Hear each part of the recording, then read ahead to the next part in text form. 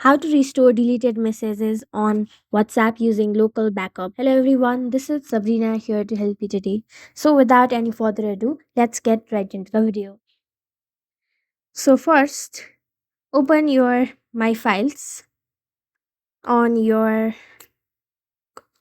device and then open WhatsApp database file or folder.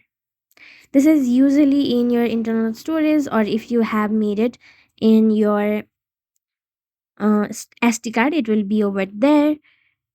So simply you will find an option of WhatsApp database over here, and then all the backed up chats will appear in that file or folder.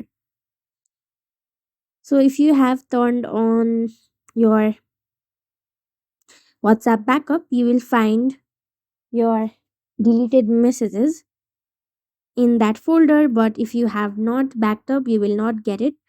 So that's how you do it. Thank you for watching this video. Make sure to like, share, and subscribe to our YouTube channel. If you got any questions, comment them down, and I'll catch you in the next one.